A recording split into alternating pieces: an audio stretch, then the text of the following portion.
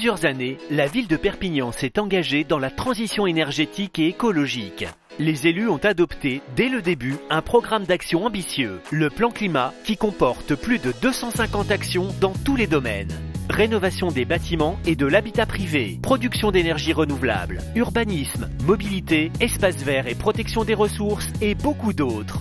Un grand nombre de ces actions ont déjà été réalisées et font de Perpignan une collectivité pionnière en région. Elle est d'ailleurs la seule ville en Occitanie à être labellisée Citergy, qui est le label européen distinguant les collectivités engagées dans des politiques énergie-climat ambitieuses. Aujourd'hui, pour mieux vous informer sur l'avancée de ce programme, la ville a choisi de vous présenter quelques reportages vidéo thématiques qui vont vous plonger au cœur de cette révolution écologique urbaine, concrétisée par des investissements au quotidien pour changer votre cadre de vie. La ville de Perpignan a adopté une charte d'aménagement des espaces publics qui décline les règles d'aménagement souhaitées. Respect des continuités, partage plus équilibré de l'espace au profit des piétons et cycles, développement de trames végétales.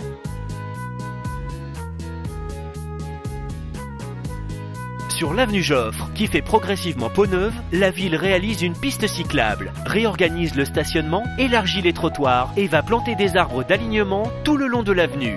Une première partie vient d'être aménagée jusqu'à la mairie Alsol. Les travaux se poursuivent jusqu'à la rue Jean-Bart et se termineront en 2019 au niveau du rond-point Lancaster.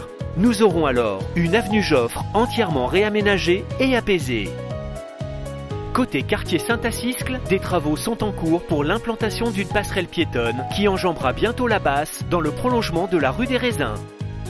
Dans le centre historique, la municipalité souhaite également renforcer la place des piétons. L'objectif est de diminuer la pollution et de retrouver un cadre de vie agréable qui profite aux riverains et commerces. L'idée n'est pas d'interdire l'accès aux voitures, mais de limiter grâce notamment à des bornes amovibles. Sur l'avenue Maréchal Foch, où les travaux se terminent, une borne amovible a été installée à l'angle de la rue Zamenhof pour réglementer l'accès. Les trottoirs sont élargis et abaissés pour aménager un espace semi-piéton jusqu'à la place du pont d'Anvesty. Des conteneurs enterrés permettront d'améliorer la collecte. Des arbres d'alignement et des bancs ont également été plantés côté Père. Autre gros projet qui avance à grands pas et passe difficilement inaperçu, le projet Esthète.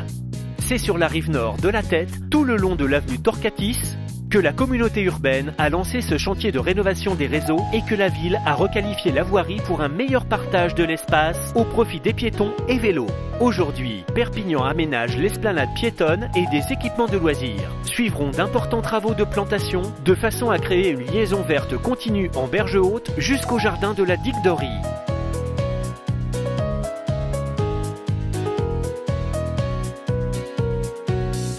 Passons à présent du côté du Palais des Congrès, ou plus précisément du parc Birakeim qui est en train d'être complètement repensé. Après l'abattage de quelques arbres malades et l'amendement des sols qui étaient épuisés, les entrées ont été réaménagées, les cheminements piétons redessinés et les continuités renforcées. C'est une requalification complète qui est engagée afin de renforcer l'attractivité de ce poumon vert de 4 hectares en plein centre-ville.